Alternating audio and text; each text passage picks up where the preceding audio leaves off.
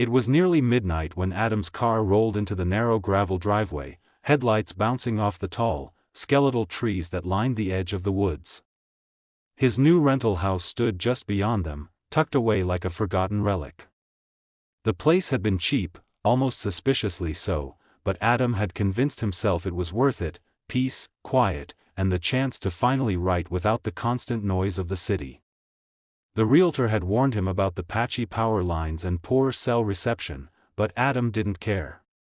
At least, not yet. The house itself was 2 stories tall, with peeling white paint and a sagging front porch.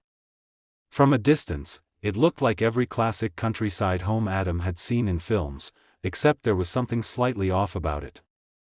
The windows were dark, almost too dark, reflecting no light even as his headlights swept across them. He killed the engine, and for the first time, noticed how crushingly silent it was here. No cars. No dogs barking. Not even crickets. It was as if the woods had swallowed every sound whole. He climbed out of the car, stretching his legs and pulling his coat tighter around him. The air smelled faintly metallic, mixed with the damp scent of wet leaves. When he grabbed his duffel bag from the trunk, the sound of the lid slamming echoed unnaturally loud, as if the forest itself had been listening. Adam paused, waiting to hear an answering sound: an owl, the wind, anything. Nothing came. The silence pressed down heavier. He told himself he was being paranoid and walked up the creaking steps to the porch. Inside, the house was cold. His flashlight beam cut through the shadows, revealing furniture covered in yellowing sheets, as though no one had lived here for years. Dust floated in the air, stirred by his movements. The floor groaned under his boots. He made his way into the living room, pulled the sheet off an old armchair, and sat down for a moment. A tired smile crossed his face. He had survived the stress of moving, and this house, eerie as it was, belonged to him for now. He tried to ignore the strange feeling that the air was heavier near the stairs, like the second floor was watching him. As he unpacked, Adam caught something faint from outside, a single crunch of leaves. He froze, flashlight hovering toward the window. Nothing moved. His heart thudded as he leaned closer, pressing his face to the glass. Just beyond the tree line, the darkness seemed thicker, almost shifting. He shook his head, laughed nervously, and told himself it was just his imagination playing tricks after a long drive. But before he pulled the curtains shut, he thought he saw it, a figure standing among the trees, pale and unmoving. When he blinked, it was gone. Adam tried to laugh it off as he shut the curtains, but the image of that pale figure still clawed at the back of his mind. He turned on the old lamps in the living room, surprised when 2 of them flickered weakly to life. The light was dim and yellow, but it was better than the suffocating darkness that surrounded the house. He made himself busy by unpacking his essentials: laptop, notebooks, and a few groceries he had picked up on the way. The more he tried to focus on mundane things, the less he thought about the woods pressing in outside. By the time he finished, the old grandfather clock in the hall ticked close to 1 in the morning. He hadn't noticed it earlier, but now the sound filled the silence of the house, a slow and steady reminder of how late it had gotten. Deciding to sleep in the downstairs bedroom for convenience, Adam carried his duffel down the short hall. The bed was musty, but he stripped the sheets and replaced them with fresh linens from his bag. As he lay down, he told himself again: peace and quiet, exactly what he wanted. Sometime in the middle of the night, Adam woke to the unmistakable sound of footsteps. Not inside his room, but above him. The ceiling creaked with a slow, deliberate weight, as though someone were pacing the second floor. He lay still, his breath caught in his throat. The house was supposed to be empty. The realtor had given him the only key. Adam strained his ears, and for a moment, the noise stopped. Just when he convinced himself it had been the house settling, the footsteps resumed, 3, maybe 4 careful steps, and then silence again. He reached for his phone, only to remember what the realtor had said: poor reception. Sure enough, the screen displayed 1 weak bar that came and went. Adam swallowed, torn between staying put or checking upstairs. The idea of walking into that darkness made his stomach twist, but the thought of lying helpless while someone wandered his house was worse. He grabbed the heavy flashlight and crept into the hall.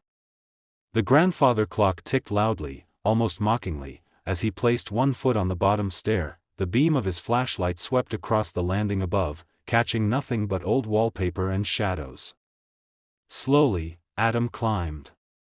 The stairs moaned under his weight, each creak announcing his presence. At the top, he found the doors closed, dust thick on their frames. He opened the nearest one, a bedroom with draped furniture, stale air, nothing else. He checked another, then another. Empty. Just as he lowered the flashlight in relief, he noticed something near the end of the hall. A set of muddy footprints led from the window toward the attic door, fading halfway as though they had simply stopped existing. Adam's flashlight beam lingered on the attic door at the end of the hall.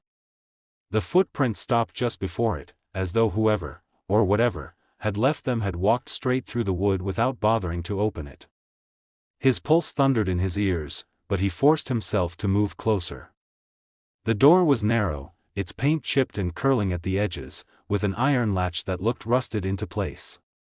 Dust coated the frame, undisturbed, as though no one had touched it in years. He reached out, fingers brushing the cold metal, but his courage faltered. For nearly a full minute, Adam stood frozen, debating whether to lift the latch. Every rational thought told him there was nothing there, just creaks of an old house settling, maybe rodents above the ceiling, or a trick of his tired imagination. And yet, the footprints mocked him from the floorboards. He shined the flashlight again, noticing how sharply defined the prints were. They weren't vague smudges. They were the clear impressions of bare human feet, still wet enough to glisten slightly under the light. A sudden bang from outside made him whirl around, heart in his throat. It sounded like something had fallen against the porch, wood hitting wood, a dull but heavy impact. He clutched the flashlight tighter, debating whether to check, but the thought of opening the front door to those woods was worse than facing the attic. Breathing shallow, he backed away from the end of the hall, the light trembling in his grip. When he finally retreated to the stairs, the silence returned, thick and unbroken. Back in the bedroom downstairs, Adam locked the door even though he knew it wouldn't do much against anyone determined to enter. Sleep was impossible. He sat against the headboard, flashlight in his lap, ears tuned to every groan of the house. Hours passed in that restless haze until the pale light of dawn finally crept through the curtains. Only then did his exhaustion win out. He drifted into a shallow sleep, haunted by the image of bare footprints leading to a door he hadn't dared open. When he woke later that morning, the footprints were gone. He ran upstairs to check, but the floorboards were spotless, only dusty again as though they'd never been disturbed. The attic door stood just as he had left it, latch rusted and unmoved. Adam stood staring, confusion giving way to dread. He told himself he must have imagined them, but deep down he knew what he had seen. And worse, he knew something in this house wanted him to doubt his own eyes. The sunlight made the house look less sinister, but not entirely safe. Adam brewed a weak cup of instant coffee and stood on the porch, staring at the forest. The trees swayed lazily in the breeze, their branches scraping softly against one another. In the light of day, the woods seemed ordinary, thick, green, almost peaceful. Yet, the silence remained. No birdsong, no insects buzzing. Just that same oppressive stillness, as if the world here had forgotten how to breathe. Determined to clear his head, Adam decided to explore the property. He walked along the side of the house, crunching over damp leaves and gravel. The building was more rundown than he'd realized, paint curling in long strips, gutters sagging with rust, and several windows warped in their frames. Behind the house, he discovered a shed, its roof slanted and nearly collapsing under the weight of moss. The door hung open slightly, and when he pushed it, the hinges screamed. Inside were tools coated in rust and a rotting workbench, but what made him pause was the smell, something sharp and metallic, like old blood. Shaking it off, he returned inside to tackle unpacking properly. The living room, despite its dust, had charm, a stone fireplace, tall shelves, and wide windows that let in long shafts of afternoon light. Adam opened the windows, hoping fresh air would push out the damp, heavy scent. As he worked, he caught himself glancing at the stairs again and again, half expecting to see footprints forming out of thin air. The attic door loomed in his memory, heavy and silent, its secret untouched. Later, Adam pulled out his laptop to write, but found his thoughts constantly drifting. Every few minutes, he'd hear faint noises, a tap in the kitchen, a creak in the hall, the sound of something brushing against the side of the house. He told himself it was the wind, the pipes, or the settling wood, but each noise carried a rhythm, a pattern, like someone deliberately moving.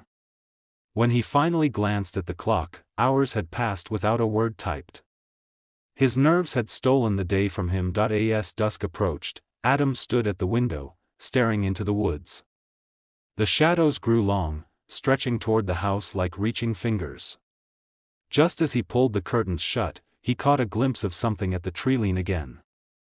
A figure. Pale. Unmoving. The same as before. His heart skipped as the curtain slipped from his grasp. When he looked again, the figure was gone. But he could feel it, the weight of unseen eyes pressing on the house, waiting for night to fall. Night descended quickly, swallowing the last traces of color from the forest until only shadows remained. Adam sat in the living room with every lamp on, their dim glow pooling weakly against the corners. He tried reading to calm his nerves, but the words blurred, his ears tuned to every creak and shift in the house. It wasn't long before the familiar dread returned, heavy and suffocating. He caught himself glancing toward the windows, afraid he might see that figure again, pressed closer this time. The grandfather clock chimed 10, its hollow toll echoing through the house. As if on cue, the noises began. First a soft tapping at the kitchen window, like fingernails against glass. Then a dragging sound above, slow and deliberate, as though furniture were being shifted across the attic floor. Adam's breath quickened. He clutched his flashlight, debating whether to confront the noises or barricade himself in the bedroom until morning. Neither option seemed safe. He finally rose and moved cautiously toward the kitchen, the floor groaning beneath his steps. The tapping had stopped by the time he reached the doorframe, but the windowpane glistened with streaks of moisture, as if someone had pressed their hand flat against the glass. He shined the flashlight, but the yard was empty, only the faint outline of the shed in the distance. Adam swallowed, resisting the urge to check outside. He pulled the curtain shut and backed away, heart hammering. As he turned, the dragging above resumed, louder this time. The attic. He aimed the flashlight toward the stairs, jaw tight. The prints were gone, but the sound was undeniable. He climbed slowly, each step punctuated by the groaning wood. At the top, he froze. The attic door was open. Not wide, just a crack, but enough to reveal blackness inside, thick and impenetrable. His light shook as he raised it toward the gap. He whispered, "Hello?" The silence answered him, and then, so soft he almost didn't hear it, a faint exhale from within. Terror seized him.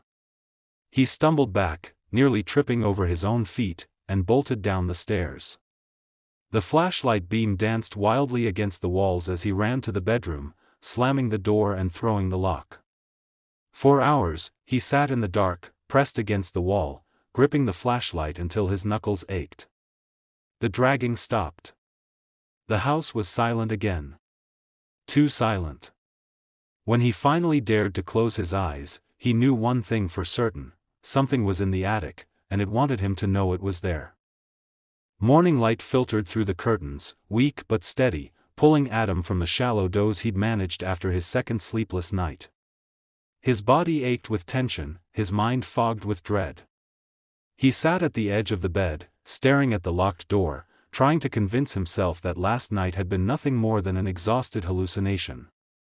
But no matter how much he tried to rationalize, the memory of that faint exhale from beyond the attic door clung to him like smoke. He knew he couldn't keep ignoring it. Determined to reclaim some control, Adam armed himself with a rusted hammer from the shed before heading upstairs. The hall was quiet, the dust undisturbed, except for the attic door, which stood closed again. The latch looked rusted shut, just as it had when he first arrived. But Adam had seen it open. He had heard something inside. His hand trembled as he lifted the latch.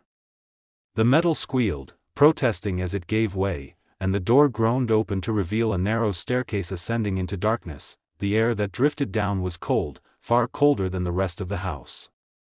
Dust swirled in the flashlight beam as Adam climbed, each step moaning beneath his weight. At the top, he found a cramped attic space with slanted beams and cobwebs stretching like veins across the ceiling. Old trunks and boxes lay scattered, their wood swollen with rot. He swept the light across them, half expecting something to move.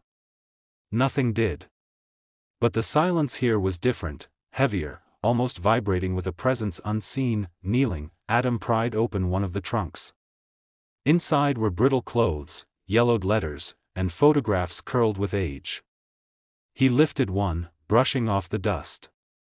It showed a family, 2 adults and a child, standing on the very porch he now called his own. Their faces were pale, their eyes strangely blurred in the photograph, as though the image had tried to erase them. Behind them, in the shadow of the trees, another figure lurked. Not part of the family. Watching. Adam's stomach churned as he set the photo down, then he saw it, on the wooden floor near the far corner, half buried under dust. A single fresh footprint. Bare. Damp, as though it had just been pressed there moments ago. His light quivered as he followed it, heart hammering, but the print led nowhere. It simply stopped, vanishing into the center of the room. As he crouched to study it, the air around him shifted. Cold breath whispered against his ear, and for the first time, Adam heard a voice, low and rasping, barely more than a hiss. "You shouldn't be here." Adam staggered back from the footprint, the whisper still burning in his ear. His flashlight trembled as he swept it across the attic, half expecting to catch someone crouched in the shadows. Nothing. The air grew colder, his breath puffing white in front of him despite the warm daylight below. His instincts screamed at him to run, but his legs felt nailed to the spot. He forced himself to step backward, never taking his eyes off the far corner. That was when the attic door slammed shut behind him, the sound cracked like thunder, vibrating through the beams. Adam spun, the flashlight beam scattering wildly, but the door was sealed tight. He lunged for it, tugging at the latch with both hands, but it wouldn't budge. Something unseen held it closed. A low creak rose from behind him, the sound of weight shifting on the floorboards. His heart pounded as he turned slowly, raising the hammer in a useless defense. The flashlight beam caught it only for an instant. A figure, pale as bone, crouched in the far corner where the footprint had been. Its limbs were long, too long, its skin stretched thin and almost translucent. Where its face should have been, there was only a blur, like a smudged photograph brought to life. As the light touched it, the thing moved, not rushing, but unfolding, rising to its full, unnatural height with a sound like joints cracking after decades of stillness. Adam staggered back, breath hitching, hammer raised. "Stay away." His voice cracked in the suffocating air. The figure tilted its head, as though considering him, then took a single step forward. The floorboards groaned under its weight. Each step it took seemed to darken the room, shadows blooming outward, swallowing the weak beam of his flashlight. The whisper came again, layered and distorted now, spilling from the walls themselves. "You live in my house." Desperation surged. Adam swung the hammer wildly, striking only empty air as the figure vanished. The attic fell silent, save for his ragged breathing. The door suddenly gave way, swinging open so hard it hit the wall with a crash. Without hesitation, Adam bolted down the stairs, nearly tumbling in his panic. He didn't stop running until he was outside on the porch, gulping the daylight air, his hammer clattering uselessly to the ground. The woods were silent, the house looming behind him, but he knew he hadn't escaped. Whatever lived in that attic wasn't just confined to the dark, it was watching him now, waiting for nightfall. Adam didn't go back inside that day. He paced the porch in the pale sunlight, gripping his phone with trembling hands, trying over and over to call for help. Each attempt ended the same, a faint dial tone that broke into static before the call could connect. He even tried stepping further down the gravel drive, hoping for better reception, but the bars on the screen refused to hold. Panic gnawed at him as he realized how isolated he truly was. By afternoon, he made up his mind, he'd drive out, leave everything behind if he had to. The thought of setting foot back inside chilled him, but his car keys were still in his duffel by the bed. Steeling himself, Adam crossed the threshold. The air inside was colder than the porch, unnaturally so, as if the house resented his absence. The silence pressed in, heavy and listening. He forced himself upstairs, grabbed the keys, and bolted back down before the walls could whisper again. The relief of seeing his car nearly broke him. He yanked the door open, shoved the key into the ignition, and twisted. The engine coughed, sputtered, then died. He tried again, pumping the gas, his foot trembling against the pedal. Nothing. Just a weak churn and silence. Adam slammed the steering wheel, his chest tightening as he glanced at the woods. For a split second, he saw movement, figures, pale and thin, shifting just beyond the tree line. Too many to count. Watching that, he stumbled out of the car, cold sweat pouring down his neck. The gravel drive stretched long and narrow between the trees, but the thought of walking it, of passing those watchers in the woods, paralyzed him. His only choice was to retreat back into the house. As he stepped onto the porch, the wind stirred for the first time in days, carrying with it a faint murmur, like voices overlapping, too far away to understand, yet close enough to make his skin crawl. Back inside, Adam slammed the door and locked it, his breath coming in short bursts. The shadows were already lengthening across the walls, swallowing the weak afternoon light. He realized then with sickening clarity, he couldn't leave. The house, and whatever waited within it, wouldn't let him. And night was coming fast. Night bled into the house like ink spilling into water. Adam sat in the living room with every lamp blazing, the hammer clenched in his lap, flashlight at his side. But the light felt useless now. Shadows gathered in corners no matter how much brightness he summoned, pooling like living things. The grandfather clock struck 9, and the air shifted, colder, heavier, charged with a suffocating presence. Adam knew the night would not pass quietly. It began with the whispering. Faint at first, like wind sifting through cracks in the walls. Then clearer, layered voices murmuring from all directions, rising and falling in a cadence that made no sense. Adam clamped his hands over his ears, but the whispers burrowed into his skull, vibrating through bone rather than air. His name surfaced in the chorus, repeated in different tones, pleading, mocking, demanding. Adam. Adam. Adam. His stomach twisted as bile rose in his throat. The house groaned violently, its beams creaking as though under immense weight. The windows rattled, and then the kitchen door slammed open on its own. Adam lunged for it, but froze. A pale hand, long-fingered and skeletal, curled around the edge of the doorframe, retreating just before he reached it. He staggered back, hammer raised, every nerve screaming to flee, but there was nowhere to go. The front door handle rattled suddenly, twisting as though someone outside was trying to get in. Then the pounding started, fists against the wood, against the windows, on every wall at once. Adam bolted upstairs, driven more by instinct than thought. The attic door gaped wide, blackness yawning like an open mouth at the end of the hall. From inside came the dragging sound again, heavier now, closer, as though something massive was crawling down. He ran past it into a bedroom, slamming the door and bracing it with his weight. The pounding followed him, rattling the walls, the whispers rising to a deafening pitch. For a moment, the entire house seemed alive, breathing, groaning, pressing down on him as if it wanted to crush him within its ribs. Then, silence. Sudden and absolute. Adam's chest heaved as he clung to the hammer, sweat freezing on his skin. He pressed his ear to the door, hearing nothing. But when he turned, his blood ran cold. The window at the far end of the room stood wide open, the curtains fluttering in a windless night.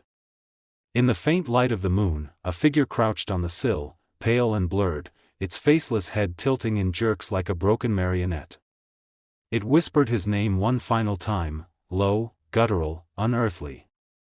Adam's scream stuck in his throat as the thing crawled inside. The figure crawled through the window with a jerking grace, limbs folding and unfolding like those of an insect. Adam staggered back, the hammer raised, heart hammering in his ears. Its faceless head swiveled toward him, and though it had no eyes, he felt its gaze pin him in place. The whispers erupted again, deafening now, pouring from the walls, the ceiling, the floor, an endless chorus that clawed at his sanity. Adam! Adam! Stay! With a roar born of terror, Adam swung the hammer. It connected with a sickening crack, but the figure dissolved into smoke, reforming at the corner of the room. It loomed taller now, stretching toward the ceiling, its limbs unfurling until it seemed to scrape the beams above. Adam bolted for the hall, the whispers pursuing him in a wave. The house groaned violently as he stumbled down the stairs, every step threatening to collapse beneath him. He burst into the living room, flashlight beams scattering wildly. Shadows writhed along the walls, dozens of pale shapes pressing against the windows, their blurred faces smearing against the glass as though desperate to enter. Adam's scream tore from his throat as he ran for the fireplace. Grabbing a rusted poker from the hearth, he swung it at the stones until one cracked, revealing a hollow behind it. Letters spilled out, brittle with age. He grabbed one, barely able to read through the blur of his panic. A name. The family. The house's true owners. And beneath their names, a scrawled warning, "Do not stay after dark." The whispers surged, furious now, the entire house shaking with rage. Adam dropped the letter, adrenaline driving him forward. He hurled the poker through the front window, shards of glass exploding into the night. The pale figures outside shrieked, their blurred faces rippling, but Adam didn't stop. He dove through the shattered frame, cutting his arms and legs as he tumbled onto the porch. For a moment, he thought the forest itself would devour him, but the figures held back, writhing in the doorway as though bound to the house. Gasping, bleeding, Adam staggered down the gravel drive. The woods were alive with whispers, but none dared cross the threshold. When he reached the bend in the road, he turned back one last time. The house stood silent, its windows black and watching, shadows twisting inside as though the walls themselves breathed. He knew then that he hadn't escaped forever, he'd only been allowed to leave. The house wasn't finished with him. And as he disappeared into the dark road ahead, a single thought clawed at his mind: someone else will move in. Someone else will hear the whispers.